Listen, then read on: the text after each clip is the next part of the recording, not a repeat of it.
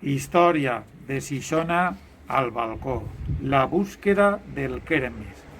El Kermes és un insecte hemípter que viu de forma parasitària en la coscolla, on les femelles produeixen una espècie d'agulletes que una vegada seques donen el colorant grana.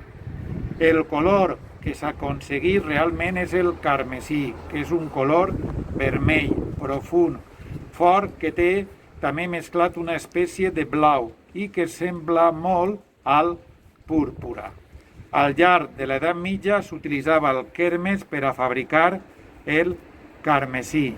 Després de la conquesta espanyola de l'imperi azteca 1521, la cochinilla mexicana, que donava un to molt més fort i a més necessitava menor quantitat, va començar a substituir el Kermes per a produir el color carmesí. Cal dir que els xixonencs havien buscat en les rodalies de Xixona aquest colorant grana, d'ahir el topònim de la Serra de la Grana.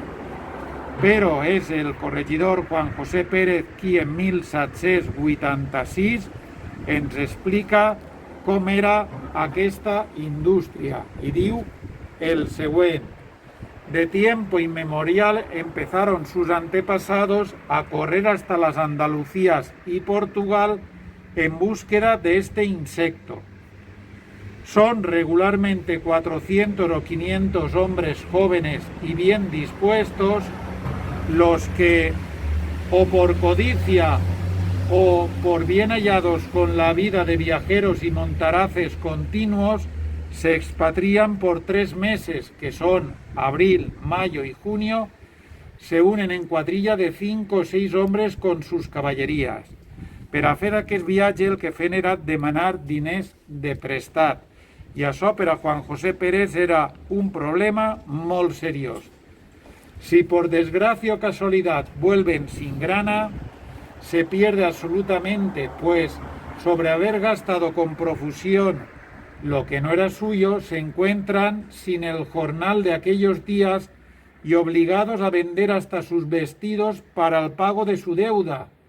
Y lo mismo si sucede, con poca diferencia si la grana que logran es poca. Pero si traen mucha, consiguen el verse en un instante con 100, 200 y más pesos, fruto de su viaje de 3 meses. Pero resulta, y por experiencia se ha observado, que este dinero solo sirve para hacerles viciosos y enemigos del trabajo, de modo que mientras dura apenas hay quien quiera acudir a ganar un jornal, y a poco tiempo son tan miserables o quizás más que antes, sin que les quede otro recurso que ir en el año siguiente con los mismos riesgos a probar nuestra fortuna. Com hem vist, Juan José Pérez no estava molt d'acord en aquesta búsqueda del Kermes. I això és tot. Ja saps, si vols saber-ne més, busca en Facebook la pàgina Cronista Xixona i queda't a casa.